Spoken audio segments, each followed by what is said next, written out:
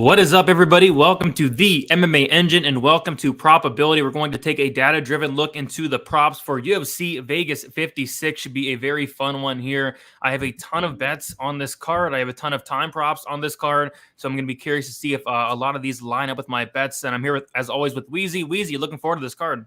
Definitely. It's a great card. 14 fights, a lot of spots kind of sticking out already on the prop template for me here.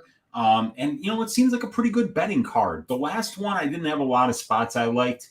Our probability parlay just missed. If Chase Hooper would have not finished with a minute left, we would have gotten that parlay to work. But we're back. We're back this week, and there are a lot of spots sticking out. I think we could put together a really nice one this week. I sure hope so. A lot of spots sticking out indeed. Before we get started, guys, if you guys can please leave a like on the video, subscribe here to the MMA Engine. We're going to try to get 900 subs hopefully by the end of the week. I think we're less than 15 away. So if you have not subscribed and you do enjoy the content, be sure to subscribe. Let's hit up the chat before we get started. We got Daz, first one in here. What is up, Daz? We got Quaver as well. Mushroom looking for some violence. We got Gerald tuning in from the Philippines. There we go. What is up, Gerald? Papa Chuck hanging out. Tiger. We have Smooth Cat. What is up, Smooth Cat? Grateful Dude. We got Brandon, and we got Thomas always looking for some violence as well. We got Joe in the house, and see if I missed anybody here. We got Justin, Zach, Boris. You guys are killing the chat already. We got Chris Wardog and Lou Betcha hanging out. If y'all can hit the like button, that'd be much, much appreciated there. So I say we get right into it. We have a lot to talk about. We will start, as always, with the first fight of the night. And we have Aaron Blanchfield going against JJ Aldrich. So the over-under is going to be set at 2.5 rounds. The over 2.5 is minus 260. The under 2.5 is plus 200. The fight goes to decision is minus 240. And the fight doesn't go to decision is plus 190. This is on Bet Online, but it looks like the DraftKings has the minus 120 or minus 225 for the fight goes to decision. So Weezy, what is sticking out in the very first fight of the night here? So we see that we've got a 40.4% finish rate for the 125-pound division. And if we look at the combined wins and losses as pros for Cold-Blooded and Aldrich here, we've got 7 of their 24 combined fights have finished inside the distance. That's only 29.2%. That's about 5% worse than the implied probability of the line. And then if we go over here to the UFC stats, we see a much different story. Look at this. 2 fights for Blanchfield, 10 for Aldrich. 1 of 12 have finished inside the distance. I mean, even if you think this fight isn't going to finish inside the distance, you're only getting 34.48% at a plus 190 line. So the implied probability right there is at 34.48%. But these guys are finishing inside the distance 8.3% of the time. So you're overpaying by 26.1% for the implied probability of this line. But if we go down here to the fight goes to decision, we see 11 of 12 have went to decision. That's 91.7%. That is 32% better than the decision rate for the division of women's 125 pounds. And it's 22.4% better than the implied probability of the line. So if we can get this at minus 225 on DraftKings, Brady, you basically don't really have to worry about an Aldrich finish here. It would just be a Blanchfield finish, and maybe it's a ground and pound finish. But, Aldrich is big. She's got pretty good takedown defense. It's approaching 80%. So, unless Blanchfield gets 13 or 14 minutes of control time, it's going to be tough for her to get a finish here. So the first thing that really does stick out, based on not only the divisional finish rates, but on the combined statistics of the 2 fighters involved, would be the fight goes and the curtain jerker. Yep, sounds good to me. I mean, yeah, I think, like you said, if there is a finish, it is going to come from the Blanchfield side. Blanchfield did almost finish Maverick a couple times, but JJ Aldrich, very good fighter, very underrated fighter. We see she's a big underdog here, but I believe she's a brown belt in BJJ, only been finished once, right? So yeah, I think the fight goes minus 225 on DraftKings is very playable, and that is the best line out there. It looks like FanDuel has minus 270, BetOnline minus 240. So it looks like it is DraftKings and Betway that has the minus 225 there. Over 2.5 minus 260. Does that stick out at all, or do you just want to go with that fight goes? So the implied probability difference is about 3%.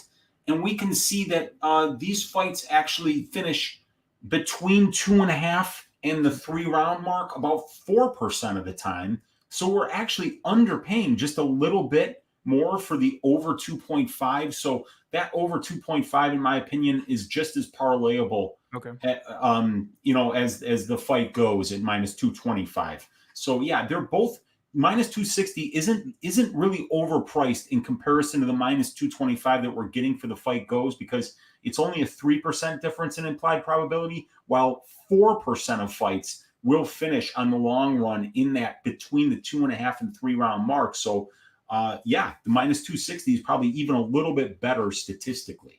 Sounds good. And yeah, I like it because it does cover that late finish as well. We saw it, 2 weeks ago at that Chase Hooper fight. So don't mind that. But we'll move on to the next fight here.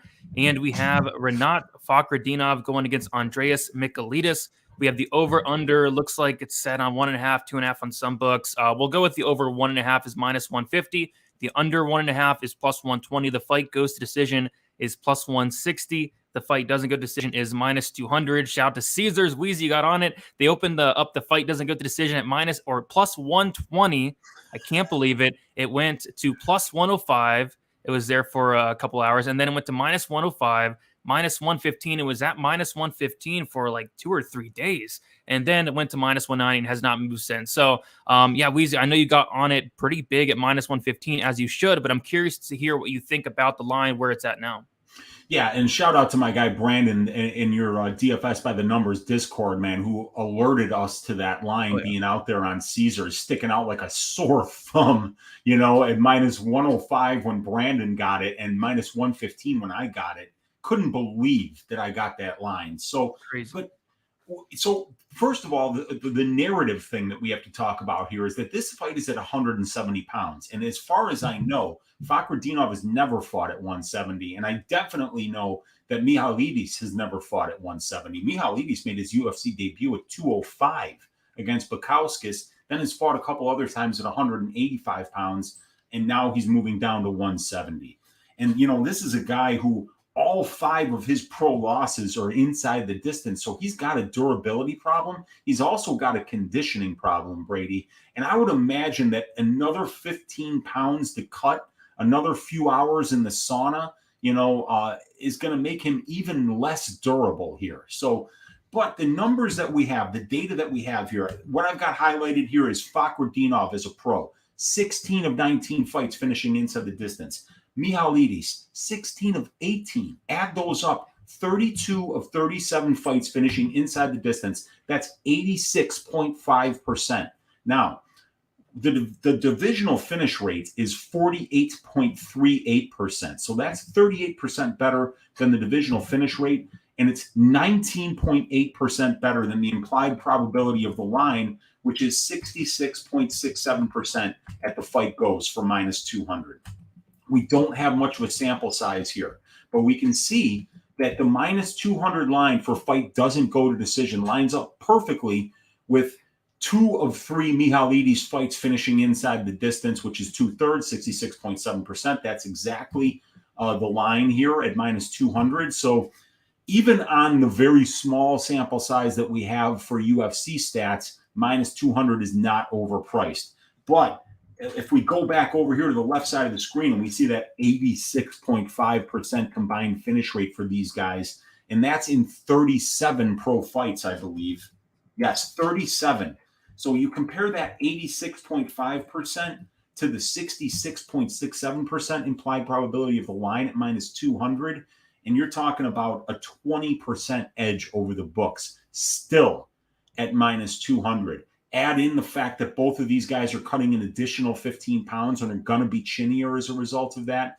Add in the fact that Michailidis has about 6 or 7 minutes of conditioning on a good day. And I think that all signs are pointing to violence here. Yep, for sure. So I tried to get a Caesars account. It's like weird with PA. They have a Caesars account, but they don't have any of the props, so that kind of sucks. But was not able to get on that. I totally would have.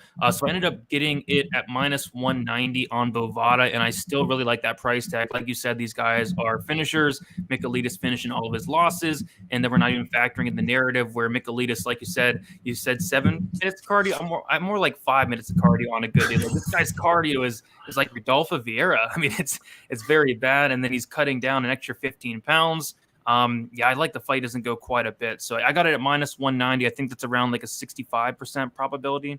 That would be about, we could find out exactly. -190 is a 65.5%. So yeah, it's a great line. And yeah, you're overpaying by 18.28% based on the divisional finish rate of 48.38%. But these guys are not finishing at the welterweight level, at the welterweight benchmark. They're finishing at a rate far higher than that. So the fact though is that both of these guys are kind of like can crushers. So because they're both higher level opponents, there's obviously a chance that this can go to decision. But these are the archetype of fighters that we look for violence bets, and Michailidis in particular, cutting the extra 15 pounds, having really poor conditioning. And if you want to have a good laugh, go watch Michailidis fight Menifield in Russia. Dude, it's a death gas, man. It's painful to watch, dude. He was like hands on hips 7 minutes into the fight, like taking huge breaths. And his opponent was too, but was still able to finish him. Crazy stuff. So, and it looks like Bootsy likes Michailidis here, but yeah, why not? Yeah, hey, why not? Right? I mean, like, Fakhretdinov kind of a can crusher. So I'm not on either money line side here, but I am on the side of violence. Yeah, because I see it as Michailidis early, or Fakhretdinov could be early as well, but more so late. So yeah, I think it covers both sides there. But not touching it from a money line standpoint. But let's move on to the next fight here. We have Jeff Molina going against Zhumagulov. The over/under is set at 2.5 rounds. The over 2.5 is -210. The under 2.5 is +170. The fight goes to decision is -175, and the fight doesn't go to decision is +145. Weezy, anything sticking out here? So 19 of 32 combined fights between Molina and Zhumagulov are finishing inside the distance. And we see that Molina's fights, finishing inside the distance at a higher percentage here, about 75% for Molina, and it's 50% for Zhumagulov. We add that together, and it's just below 60%. So in terms of the divisional finish rate of 39, that's much higher. And in terms of the implied probability of the line, it looks like we're getting a bit of a deal there on the fight doesn't go. If we go over here to the UFC experience, 7 total fights, Brady. So it doesn't really tell us much of a story. But 42.9% have finished inside the distance. At fight doesn't go at +145, which is the best line that I could find out there. That's a 40.82% implied probability. So it looks like we're getting about a 2% edge over the books based on the UFC finish rates, and about an 18% finish rate over the books based on the overall finish rates. And if we go down here to the fight goes to decision, we see that for the overall, once again, it looks like we're overpaying. And even for the UFC experience here, it looks like we're overpaying by about 5.5%. So what I would say here is that this line looks very fairly priced. If you, in terms of how it's priced on the divisional finish rate here, divisional finish rate 39.82%, and we're paying 40.82% for the fight doesn't go. So we're overpaying by 1% there, and we're overpaying on the fight goes by about 2.5%. So it looks like it's fairly priced. Nothing is jumping out. I would suggest to the people watching that if you have a read one way or another, maybe trust your read here, but the line looks like it's fairly priced to me. Nothing jumping out. Yep, and I'm right there with you. I think it goes to decision, but not really running to the window for the -175, -168 on FanDuel Sportsbook. So nothing really sticking out there on that one, but should be a very fun fight to watch. Move on to the next fight, though, and yeah, we have a very interesting one. I'm curious to hear your thoughts on this one. We have Tony Gravely going against Johnny Munoz Jr. We have the over/under is set at 2.5 rounds. The over 2.5 +100. The under 2.5 rounds is -130. The fight goes to decision +120. And the fight doesn't go to decision is -150. What is sticking out of this one here? very interesting little stat for you here, Brady. Men's 135-pound fights are finishing at 49.44%. I think that's about the same rate that men's welterweight fights are finishing at the UFC level. So bantamweights are finishers. The flyweights are finishing at about 39%. This is 10% higher than that. And the featherweights are finishing at about 43%, so about 6% higher. So we just got to keep in mind that bantamweights finish fights for some reason at a much higher rate than the weight classes that are directly around them. And even up to 170, they're finishing at a higher rate than that. Crazy. But if we look at the combined experience as pros for both Munoz and Gravely, we see that the finish rate is sitting around 66%. So that's about a 7.5% edge over the books on the implied probability of the line. And we're getting that fight doesn't go at minus 140. And we see that Gravely's fights have finished inside the distance 4 of 6 times, and that it's 1 of 2 for Munoz. So that's 5 of 8 fights finishing. Not a big sample size, 62.5%. The divisional finish rate of 49.44%. We got a 13% edge over that. And we're getting about a 4% edge if we were to bet the fight doesn't go at minus 140. You know, seeing as 5 of 8 have finished inside the distance, it's not a bad look. And if we go down here to the fight goes to decision, we're going to see that we're overpaying by about 6% based on the 3 of 8, and we're overpaying by about 9.3% based on 14 of their 41 pro fights going to decision. So once again, nothing really jumping out. But if we check over here, right, this is the interesting thing.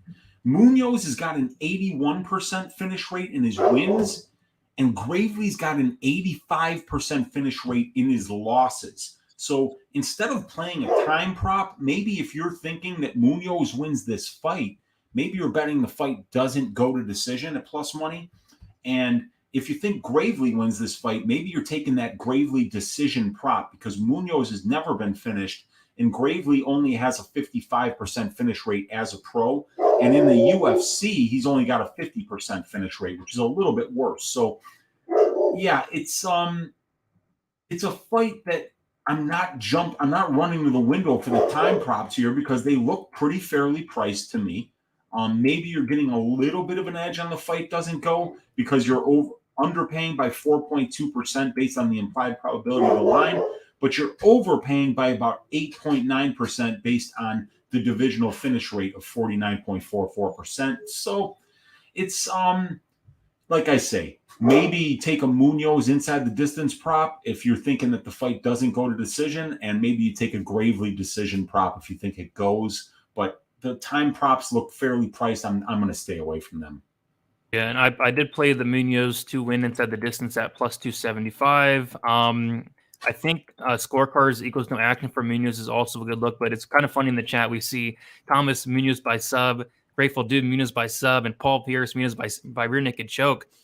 So 3 in a row there for the sub, and Bootsy's on it as well. So maybe that's a sign, Weezy. Maybe my Munoz inside the distance bet might hit. But yeah, I think Gravely could finish. I mean, he has some power, but I think if there is a finish, it's probably a Munoz submission. But yeah, time props don't really stick out. But yeah, if you like Gravely, decision prop plus 200. If you like Munoz, inside the distance around plus 250, sub around there as well. And then yeah, like I said, I like being on the side of Bootsy as well. Rogue saying Munoz's path is by submission. I don't think he wins a decision. I'd be kind of shocked if he won a decision. Do you think Munoz can win a decision? Yeah, I think he can. You know, I think he's a very good wrestler too, just like Gravely is. So I think that if this, and I think if this fight does become a grappling match one way or another, trust me, both of these guys have shown bad takedown defense thus far in the UFC. So I think if Munoz doesn't like how it's going on the feet, he's going to be able to get this thing to the ground. And I think Gravely is the kind of fighter who doesn't necessarily trust his striking enough to not grapple, to not shoot for takedowns. You don't get to average 6.76 takedowns per 15 minutes by accident. You know, you do that because most likely you're not that comfortable striking. So I think this goes into the grappling realm early. I think it stays there. I think it stays there often. And when that happens, I think Munoz is going to be very live to pull out a submission here, because he's such a dangerous submission grappler. And we've seen Gravely get caught so many times before. Yeah, for sure. I mean, it's such an interesting fight. It's probably one of my favorite fights on the prelim, just stylistically looking forward to seeing how it plays out. But we will keep moving on. 50 of you in here. If you all can please hit the like button. It is always much, much appreciated. We're going to keep moving on here to Benoit Saint-Denis going against Nicholas Stolze. We have the over-under set at 2.5 rounds. The over 2.5 is currently minus 120. The under 2.5 is plus 110. The fight goes to decision is plus 125, and the fight doesn't go to decision is minus 155. Weezy, what's sticking out on this one here? So we don't have much UFC data for these two gentlemen, but they are both finishers. Stolze finishing at a 75% rate and 12 wins. Benoit Saint-Denis finishing at a 100% rate and 8 wins. So these guys are winning inside the distance 85% of the time. We like that. What we don't like is that Benoit Saint-Denis never been finished. I mean, even though he should have been. But Stolze only finished in 1 of 5 losses, and it was in the last loss against Jared Gooden. He got caught with a straight right in the chin, put him out. So we've got really good finishers, and then we've got 2 very durable guys. So it makes it difficult to go for time props. If we look over here at the right side, yeah, 1 of 3 fights. It's only 3-fight sample size, so that doesn't really help us much. This is a lightweight fight, so we've got to also take into consideration Benoit Saint-Denis fought his last UFC fight at 170. His last 2 fights before that were in the 165-pound division in Brave. So he's cutting 10 pounds lower to where he's ever cut before. And for Stolze, I think Stolze does have 1 or 2 fights at 155, but I think that it's not really a good weight class for him. I think we're going to see him be really skinny. So at the fight doesn't go at is that minus 155? Yeah, that seems a little bit juiced. We're overpaying by about 10% based on the implied probability or based on the divisional finish rate of 50.87%. And it looks like we're underpaying by about 5.9% based on the 18 of 27 combined fights finishing inside the distance. So that's 66.67%. But like I say, they're both good finishers, but they're both very durable. So I'm not really seeing a time prop sticking out here because the prop template is telling us that the fight goes at plus 154 is 9% underpriced based on the divisional decision rate. But when we go down here, we see that only 8 of their 27 fights have went to decision combined. That's 33.3%. We're paying 39. So, I mean, if I were to make a bet here, I think it would probably be fight goes, but I'm not touching it. Yeah, like Paul said, this is probably like a 1-800-GAMBLER fight. I kind of agree. It's nothing I don't want anything to do with this fight here. But yeah, it's kind of weird. On BetOnline, they have the fight goes decision at plus 125, on 5 dimes plus 115. But on FanDuel, like the best price out there by a mile, plus 154. And that's what I put in the template here. So that's why we're getting that 9.76% edge over the decision rate of 49.13%. So that's a good line. I mean, if you're thinking this fight goes, get it at FanDuel at plus 154 because that's a rocking line compared to what else is actually out there.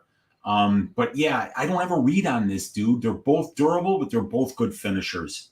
Yeah, and they're both cutting weight too, so that matters too. That should lean you more towards the fight doesn't go. Yeah, but I'm kind of shocked FanDuel has the fight doesn't go at minus 215. That's nuts. That is bonkers. That's way off. I'm not exactly sure what they're doing there, but they put that fight goes at plus 154 because they know they can't put it better than minus 155 or better than plus 155 because then that'll just get blown out for people arbing it. So. Yeah, it's an interesting fight, and it looks like the books don't have a really good line either, which tells us, kind of feels like a stay away, or like I say, unless you've got a read, because what we're doing here is we're looking at the data, and we're looking at the data to tell us a story about the pricing of the line. Now, if you really have a strong lean, you're not necessarily worried so much about the pricing of the line. You just want the ticket to cash, and there's nothing wrong with betting that way. But what we're trying to do on this show is trying to look for mistakes that the books are making and then take advantage of those mistakes and do it over a long enough timeline that we'll be able to be profitable. Yeah, and like you said, I don't have a great read on how this fight's going to go. Kind of just a big stay away from me. So you just kind of watch to see how it plays out. But we can move on to the next fight. We have Damon Jackson going against Daniel Argueta. We have the over/under set at 2.5 rounds. The over 2.5 is plus 140. The under 2.5 rounds is minus 170. The fight goes to decision is plus 150. The fight doesn't go to decision is minus 180. So I have a big bet on Damon Jackson. It's my biggest bet of the week in a parlay. So not really going to be looking at the time props, but I am curious to see what's sticking out here, Weezy. Yeah, well, we've got Damon Jackson in this fight. 18 of 20 wins inside the distance, 4 of 4 losses inside the distance. So that's 22 of 26 fights that have finished inside the distance, because I think there's a couple draws in there, or there might be a draw and a no contest. So, but 22 of 26 is 84.6%. Argueta, in a much smaller sample size, is finishing at a 75% clip. So 28 of 34 combined fights here finishing inside the distance. That's 82.4. The fight doesn't go to decision, sitting at 64.29% implied probability. And we're getting an 18% edge over that, as we can see right here. So we like that. We don't have enough fights, though, from both of these guys, because Argueta's making his debut. So we don't really have much in the way of UFC data to look at. But we do see that 4 of 7 of Jackson's fights have finished inside the distance. So that's 57.1%, and we're only paying 64% on the line. So if, and I think if you're betting fight doesn't go, you're kind of just betting Jackson to win this one inside the distance, because I don't think Argueta has much of a chance in this fight. But, and it's a big but, Brady, if Argueta does have success, Damon Jackson's been finishing all of his pro losses. So what's Damon Jackson inside the distance in comparison to the fight doesn't go to decision at minus 180? Jackson inside the distance is minus 145, so not much of a difference. Yeah, so like at minus 145, I'll put it here, minus 145. That's a 59% implied probability. At minus 180, it's a 64% implied probability. So I think if you're betting that fight doesn't go, it's a little bit better than just betting Jackson inside the distance, because it covers the Argueta side getting a finish, and it covers the banana peel situation here. But still, we have to keep in mind, this is juiced based on the divisional finish rates. This is a featherweight fight. Featherweights are finishing at 43%. And we just pointed out that bantamweights are finishing at almost 50%. So featherweight fights finish at 43%, and we're paying 64% on the line. So we are overpaying by 21.08%. And that does tell us that the stylistic matchup is telling you with your eyes when you watch tape that, yeah, this fight's going to finish inside the distance. But we have to be cognizant that we're paying up at minus 180 for a featherweight fight finishing inside the distance here. And we don't know what we're going to get out of Argueta because it's his UFC debut. Yeah, and I think the majority of people are expecting Damon Jackson to finish. I think he does finish. I think it's kind of a late finish as well. But like I said, I'm not really looking at the time props here. I guess they opened up the under 2.5 earlier at like minus 135. That would have been interesting, but now it's all the way to minus 170. So nothing I'm like running to the window for in terms of the time props here. Agreed. It's the same thing for me.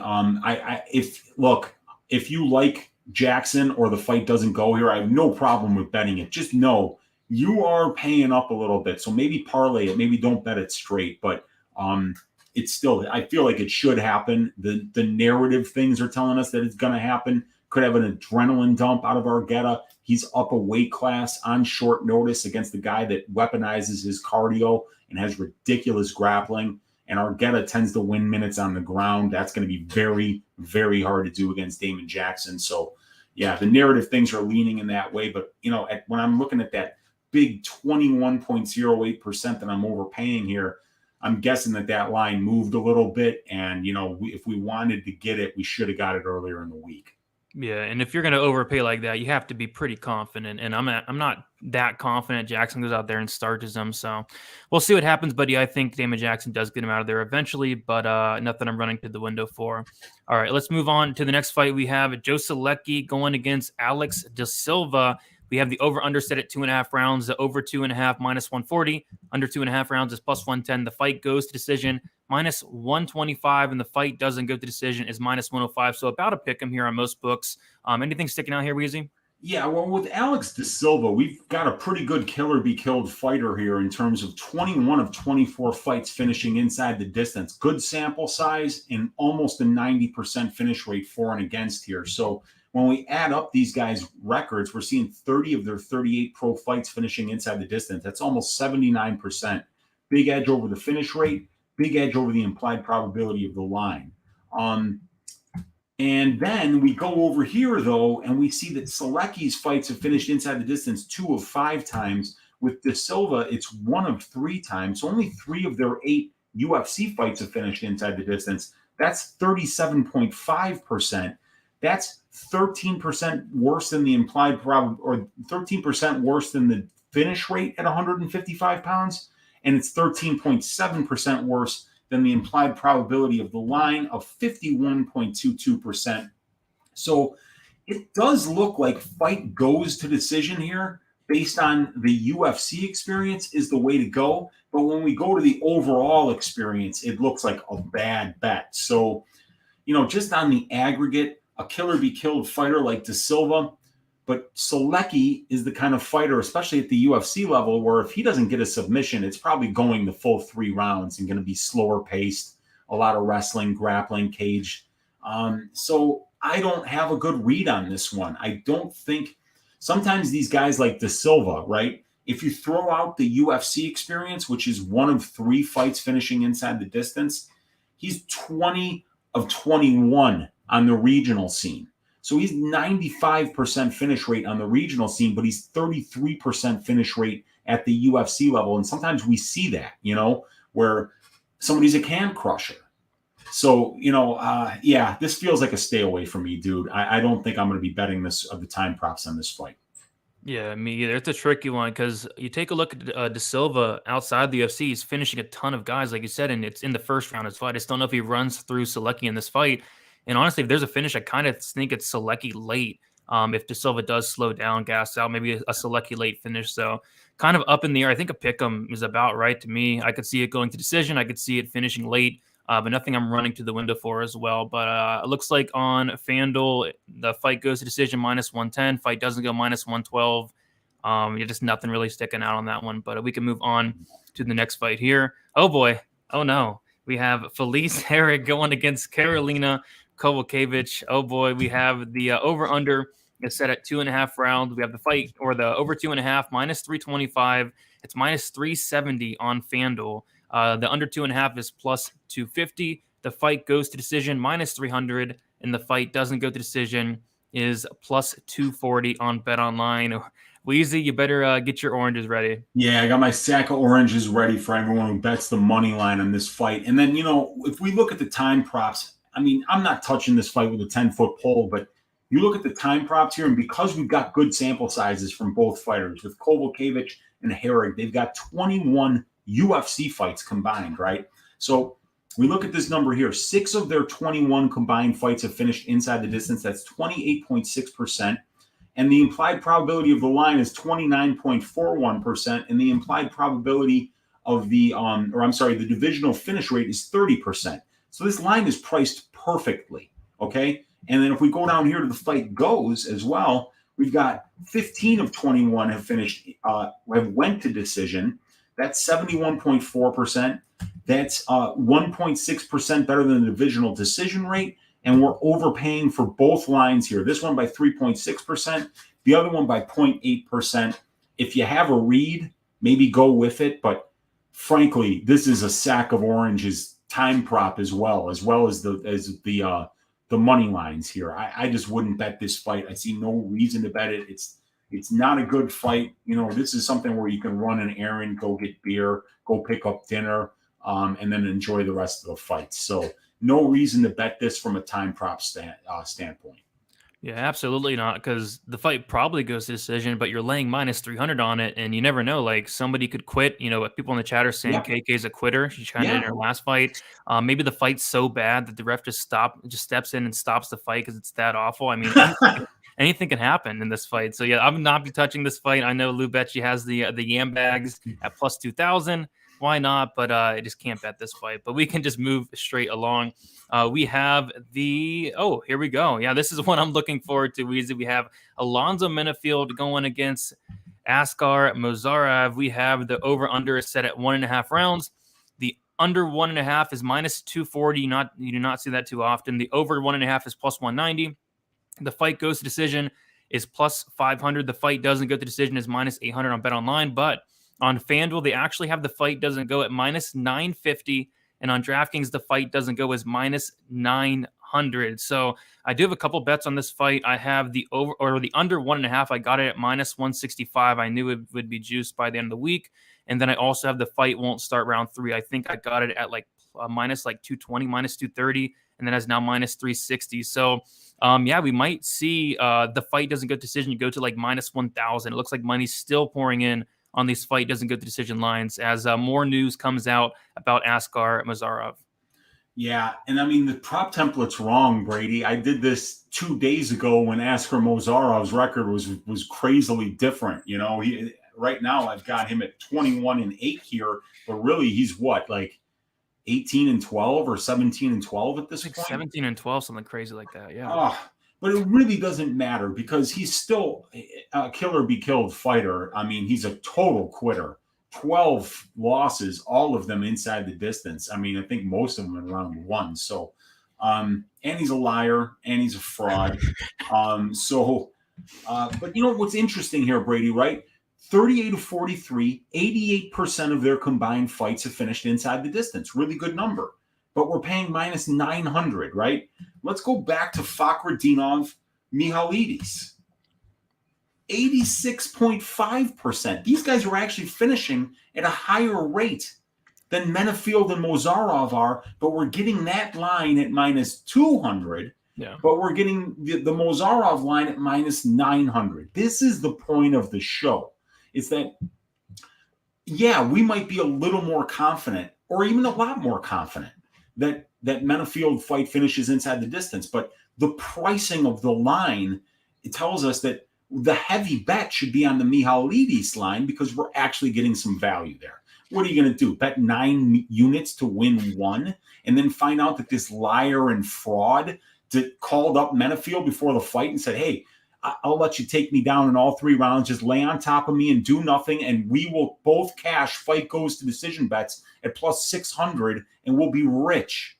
And then we can fake our records all that we want from here on out, and then we'll go get even better neck tattoos. And Menifield will be like, I don't want a neck tattoo, dude, and I don't have to lie about my record. I'm a pretty good fighter, So this is the kind of thing, this fight isn't going to decision, but what's the fucking point of betting it?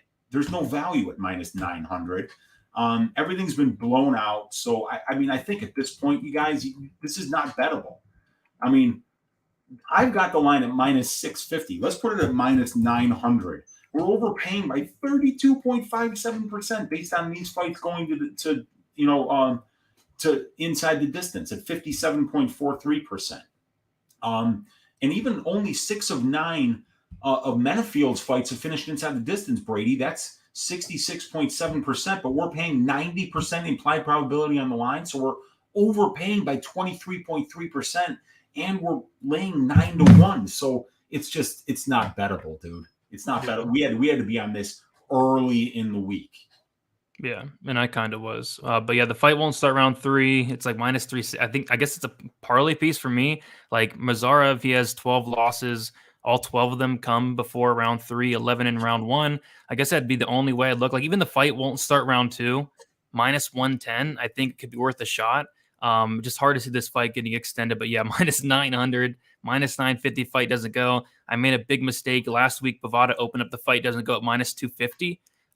Wish I would have looked into the fight at that time. And then it went to minus 300. Still didn't look into it. Kept blowing it off. And Eventually, now it's like minus 700. So wish there wasn't an off week last week, so I would have got on that. But yeah, just it's unbettable now. Minus 909, minus 950. Looks like the best price out there for the fight doesn't go is like minus 649 on Betway. But yep, fight should finish. But if you didn't get it, probably just best to pass now. Or a lot of people are talking about Alonzo Menifield round 1, Alonzo Menifield round 1 KO sub. I think all those are decent as well. But we will move on to the next fight. We have Ode Osbourne going against Zarrukh Adashev. So this was the one fight I did look into last week. A line really jumped off to me. It was the under 2.5. So the over 2.5 is minus 135. The under 2.5 is plus 105. I did bet it at plus 120. The fight goes to decision is minus 105, and the fight doesn't go to decision is minus 125. So I bet the under 2.5 at plus 120. I saw the fight doesn't go to decision at the time was like minus 170. So I thought that plus 120 would get hammered, but looks like not a lot of action has been coming in on this fight to not go. Weezy, what is sticking out to you on this one here? Well, Osbourne's a finisher. 11 of 15 pro fights have finished inside the distance. That's 73%. And Adashev just a little bit over 50% at 57.1. So these guys are finishing on the aggregate at 68.2%. In the UFC, 5 of their 8 fights have finished inside the distance. That's 62.5%. Only about 40% of flyweight 3-round fights finish inside the distance. So pretty good number there in terms of the finish rate at the UFC level for these two guys.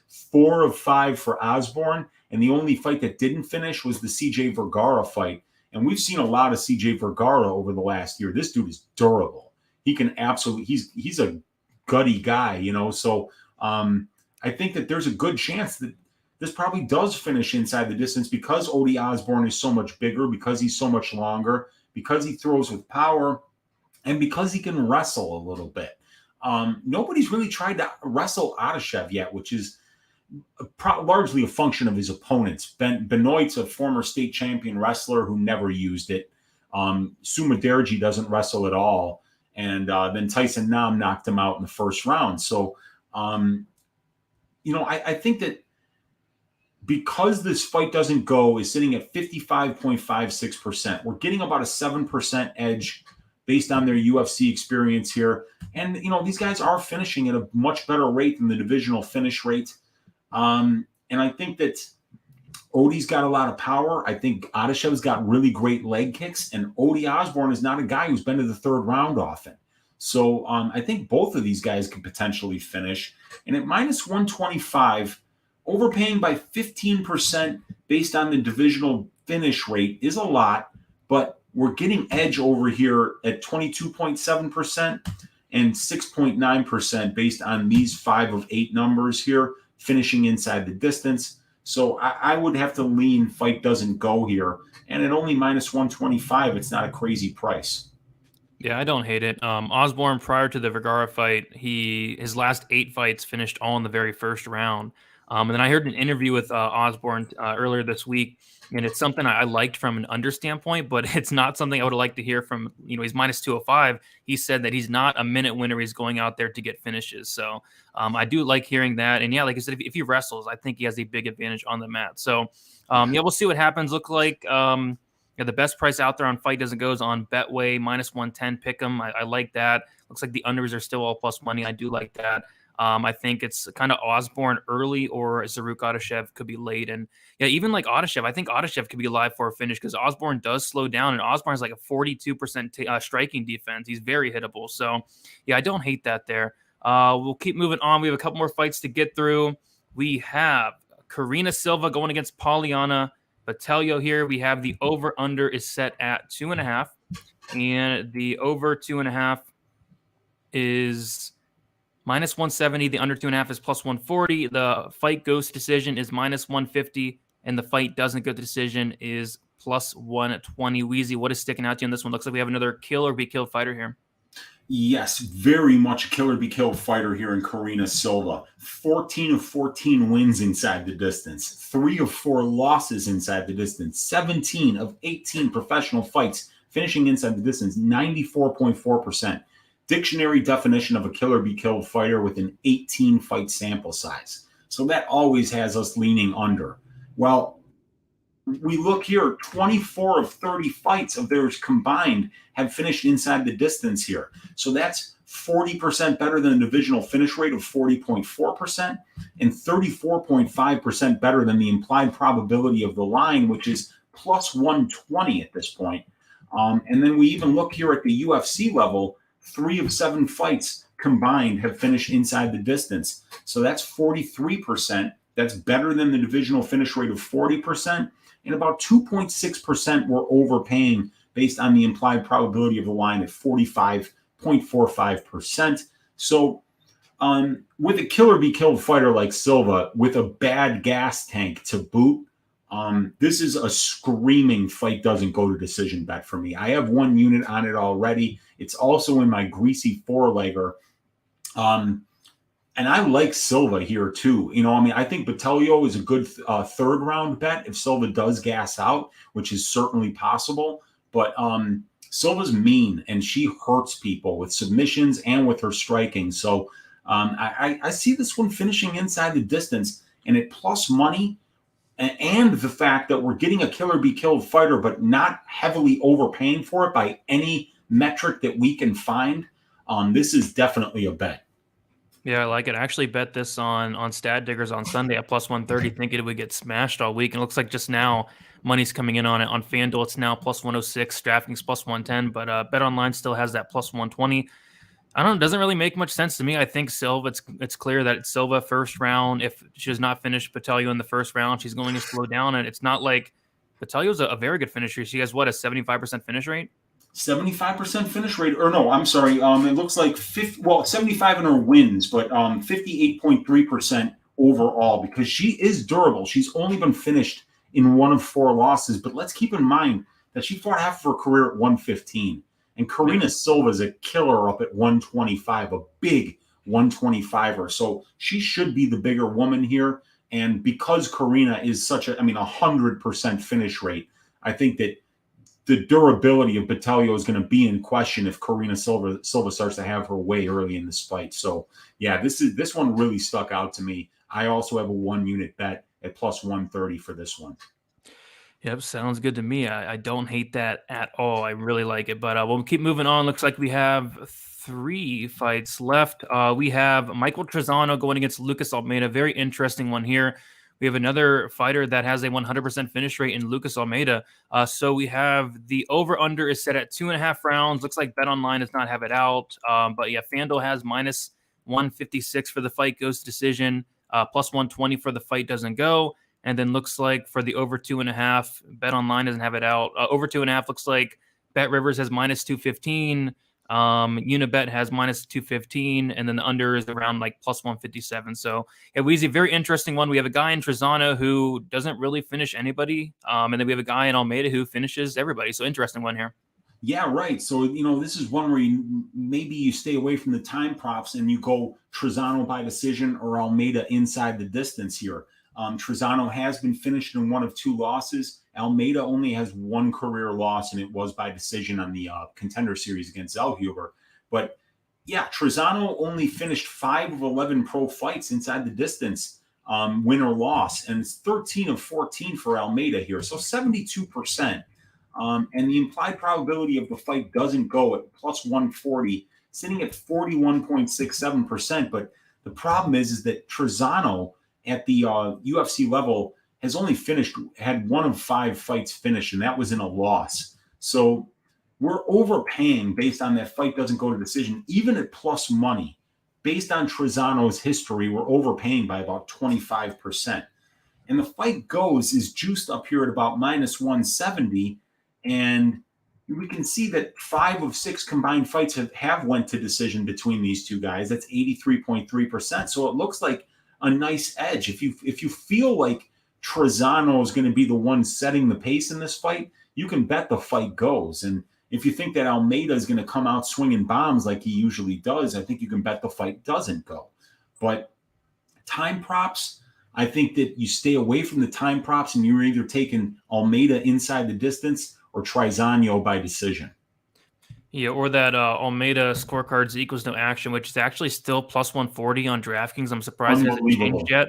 And then On 5 dimes, it's plus 110, and then Bet Online is plus 115. So it's starting to move over there, but DraftKings still has that plus 140 out there, which, yeah, it makes no sense. Almeida 100% finish rate, Trizano like a 44% finish rate. I mean, maybe Trizano gets a late finish, but I think the Almeida, he has better cardio than people think. I mean, I guess he did slow down in the Contender Series fight, but if you go and watch some of his other fights, he looks fine later in the fight. So, yeah, I think the plus 140 on DraftKings is still very good, and it's still there, which is surprising. Yeah, and I bet that for 1 unit earlier in the week too. As soon as I saw that, I mean, you got a guy with 100% finish rate, and then you've got another guy who in 3 wins has never finished anybody in the UFC. And even on the regional scene, the guy's not finishing people. So very interesting that you can get plus money on a finish-only prop for Lucas Almeida. So I bet that. I would recommend that you guys bet that too. Plus 140 on DraftKings for the finish-only prop for Lucas Almeida. But because I've bet that, it's made betting the time props in this fight pointless. Yeah. I think it probably does go to decision, but at minus 170, I don't need to bet it. So, yeah, it's a stay away from me. Yeah, I think it's most likely goes to decision. I think it's most likely Trizano by decision, but that plus 140 for the scorecards equals no action. If it does go to decision, you get it voided. So I do love that quite a bit. We will move on to the co-main event. We have Movsar Evloev going against Dan Ige. We have the over-under is set at, oh my goodness, I think this is juicier than the Karolina fight. The over 2.5 is minus 425. The under 2.5 is plus 325. The fight goes to decision is minus 290. And the fight doesn't go to decision is plus 130. This one kind of feels a little bit like the last fight, I guess. I think if Evloev wins, it's probably by decision. If Ige wins, it's probably inside the distance. So, yeah, anything sticking out here, Weezy? Yeah, I mean, so we got 17 UFC combined fights for these guys, and only 23% of them have finished inside the distance. And we're actually at plus 230 paying a 30% implied probability. So we're actually overpaying by 6.8%. Even at plus 230, it feels like we should be getting plus 300 or something like that.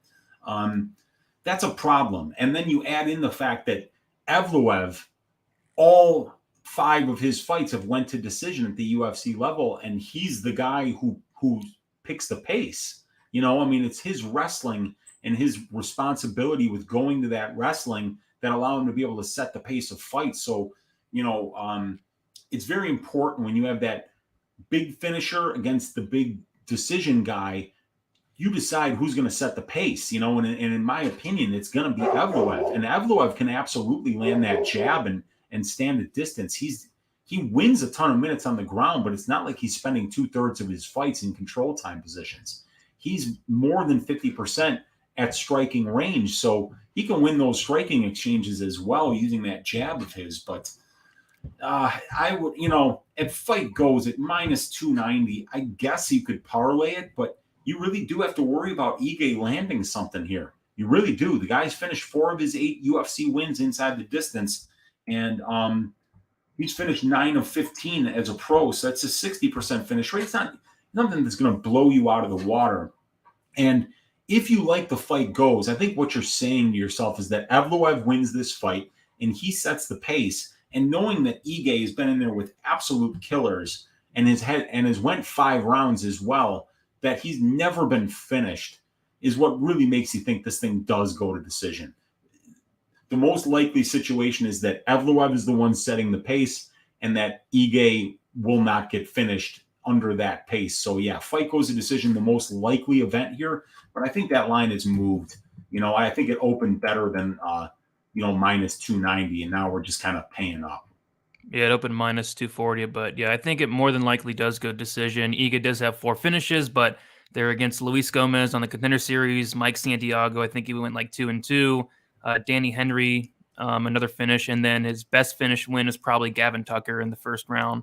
As far as Evloev, like I said, no finishes, and if he's not finishing Sungwoo Choi, if he's not finishing a gassed out Mike Grundy, an old Nick Lentz, I really struggled to see him finishing a guy like Dan Ige, who's a black belt and just next level toughness. So yeah, I think the fight goes is good, maybe a parlay piece, and that is minus 290. I'm curious, what's the Karolina? The Karolina is minus 300, so about the same there, and I think they both probably go to decision. If you like Evloev by decision is probably a better way to improve the price. I got it at minus 150. Where's that now? like minus 165. I think it's much better than laying like minus 400 on the guy. Yeah. Yeah, especially when the implied probability is telling you that Evloev's got an 80% chance to win the fight. I think that it's much better to play Evloev by decision than it is to pay up minus 290 for the fight goes. Yeah, Prince of Mischief saying, does the small cage favor the grappler or the striker? I'd say most cases the grappler. Yeah, I mean, there's less room for the striker to move their feet, and but if you're moving laterally, the cage is endless. No matter how small it is, you can just keep moving in circles. So, yeah, I mean, for this fight, I don't think it really favors anyone. Evloev is going to do what he does, and whether he needs a huge cage or a small cage, he's gonna do what he does. Yeah, you can't run from this guy. Yeah, and then Cam saying a fan theory. Whenever Brady cuts his camera, he practices shooting a double leg. You caught me. You caught what the heck? Hey, it could be right. You never know. That'd be pretty cool. If he was back there really blasting double legs out in the open, that'd be really nice. That would be awesome. But we'll move on to the main event. Before we get into it, guys, if you guys can hit the like button, much appreciated. Also subscribe. Let's try to get to 900 subs by the week is over. But yeah, we have Alexander Volkov going against Jairzinho Rozenstruik. Looks like the over-under is set at 3.5 rounds. The over 3.5 is minus 130. The under 3.5 is plus 100. The fight goes to decision is plus 110. And the fight doesn't go to decision is minus 140. So interesting 5-round fight. And I'm sure we'll get into the 5-round numbers. And only paying minus 140 for a 5-round heavyweight fight. Weezy, anything sticking out here? Very interesting, right? So we've got a huge sample size of fights, 59, right? 15 for Rozenstruik, 44 for Volkov. And we've got about 70% of them have finished inside the distance. So that's 11% better than the implied probability of the line and about 5.6% better than the divisional finish rate, which is sitting at 63.93%. Now, here at the UFC level, we've got 21 fights, and 62% of them have finished inside the distance, which is a 2% worse than the divisional finish rate of 63.93%. But we're getting about a 3.6% edge on the implied probability of the line here at minus 140.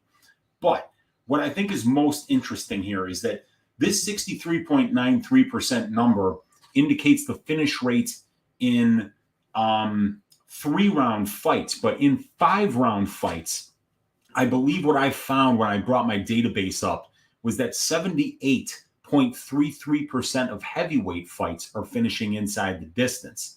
I believe it's 49 of 60. So, I'm sorry, it's 47 of 60. So that is 78.33%. Now, if we take that number, this 58.33% that we're getting on the implied probability of the line is actually a 20% edge over the analytics of 5-round heavyweight fights finishing inside the distance. Like I say, you guys, 47 of 60. Only 13 of those 60 fights that have been 5-round heavyweight fights since the year 2013 have went the full 5 rounds here. So that's an important statistic because that is 15% better than what they're finishing in 3-round fights. So if we were to look at versus the divisional finish rate, instead of overpaying by 2%, we're actually underpaying at 62% by about 15 or 16%. That's a 16% edge over the books there. Really like that. I think it's a pure analytics play. Look, Jairzinho Rozenstruik can knock anybody out.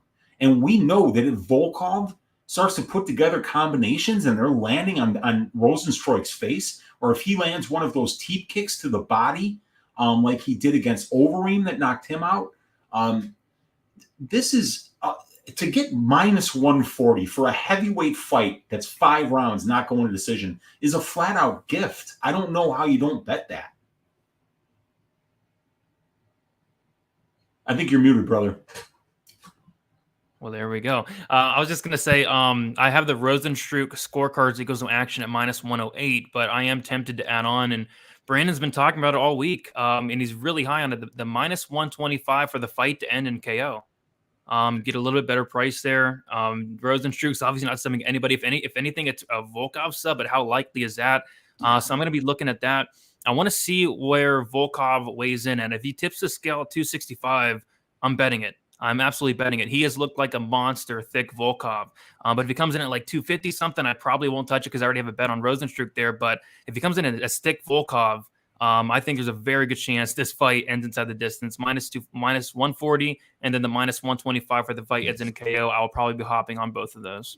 Yeah, and the fight ends in KO is also a fantastic look, in my opinion. Volkov has only attempted 10 takedowns in 12 UFC fights. So the chances of him getting a submission are very low. And we know Rozenstruik, even though he posted that one video of him wrestling, I mean, that's about as fraudulent as Askar Mozarov's record.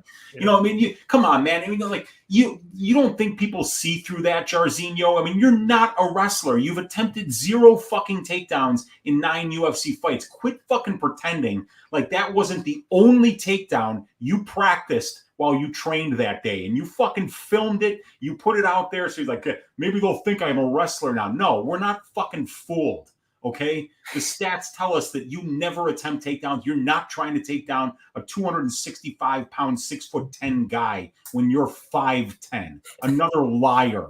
Jairzinho Rozenstruik, a liar. Liar about him wrestling. Yeah. Liar about his height. The only thing that doesn't lie are the power numbers that dude brings. And every time he gets a knockdown, Brady, what does he do? He wins. Yeah. So, this minus 140, dude, it doesn't make any sense. It's the analytics make this a screaming bet. We might get it wrong. Hey, but we can get any bet wrong. But when you're making that bet 20 times over 1 year, you're going to come out plus EV for sure, dude, because heavyweight fights just don't go the distance that often. Yep, 5-round heavyweight fights finish 78% of the time, and then we're also in the small cage with 2 big-ass guys as well. Yeah, I like it, and Bootsy likes it as well. Bootsy likes. He's like Rozenstruik all week, dude. He was all over him on Stat Diggers. He was all over him again on Just the Tip, man. He's all over him, dude. I like it. All right, so I guess last order of business, Weezy. Let's talk about a PP. So what is sticking out for a PP here? Okay, so I think the fight goes to decision for Blanchfield. Aldrich is definitely parlayable at minus 225 on DraftKings right now. Okay. The fight doesn't go to decision for Mihalidis Fakhretdinov at minus 200. With the double weight cuts, with the bad conditioning and durability of Mihalidis, I think we got to throw that one in there. Okay. And then the Silva Botelho at plus 120. I mean, I don't know if we parlay that because it's plus money. We might just want to make a straight bet on that fight. But if we were to parlay the Blanchfield fight goes with the Fakhretdinov fight doesn't go, what would that get us to? Because we might be able to throw a third leg in there, and that would be the main event violence. Plus 117 for those two. Let's see, now that's not bad. Fight plus 117 for the first 2 fights. First one goes, second one doesn't go. Yep. But if we add in Volkov fight doesn't go to decision for the third leg, what do we get there? Plus 261. Really? Plus 261. And then if we add in the Silva Botelho, it goes to plus 658. Ooh, man, that's juicy. But that's a 4-legger. That's a greasy one, yeah. Yeah, but I like getting the plus money on the Blanchfield Aldrich. You know what? Let's do this. How about we do over 2.5 for Blanchfield Aldrich? Then we go fight doesn't go for Fakhretdinov Mihalidis, and then fight doesn't go for Rozen Volkov. Okay, so over 2.5 for the Blanchfield, the Mihalidis fight doesn't go to decision, and then the main event fight doesn't go to decision? Yes. And that comes out to plus 246. I think. What do you think, Brady? I like it. I think all 3 happen. Man, I wonder what the chat thinks as well. But I think that's what we should go with, man. The over 2.5, and then the fight doesn't go for Mihalidis Fakhretdinov, and the fight doesn't go for the main event, and that's a 3-leg probability parlay that I've got that at minus 300. I don't know how we're getting plus money on that. I like it. I like it. I'm right there with you. And I have definitely going to have a play on that main event violence. And then I already have a play on the Michailidis fight. Doesn't go to decision. And then I think that over in the Blanchfield is a very good spot and obviously very parlayable -225. So yeah, I like it a lot. Yep. Fantastic. I think we're set, dude. I think we did it. All right. Sounds good. So yeah, Weezy, let the people know where they can find you and we have going on throughout the rest of the week. I believe you're going live tonight, right? I don't know if I am or not, dude. I've still I've got some stuff I got to do around the house here, but maybe I'll do a couple next week. But as far as like this week, I think I'm done. But we're going to be doing the best bet on your channel, Brady, 1 hour before the fight start on Saturday, and then you can find us every Sunday on Pub Sports Radio for Stat Diggers, every Wednesday on Pub Sports Radio for the DFS show, and you can find me on my YouTube channel, Uncle Weezy, doing just the tip every Tuesday night, 10 o'clock Central Time, giving you a data-driven and tape study look into all the fights on the card. And we always finish with a greasy 4-leg parlay and Uncle Weezy's ass shaving of the week. And the only order of business left, I believe, for this week, Brady, is the cash stacked tickets like flapjacks for UFC Vegas 56. Let's do it. Let's do it. All right, guys. You can follow me on Twitter, DFS_numbers, Instagram, DFS by the numbers. I'll be right back here tomorrow night on the MMA Engine YouTube channel, 7 o'clock p.m. Eastern time for the final thoughts after the weigh-ins.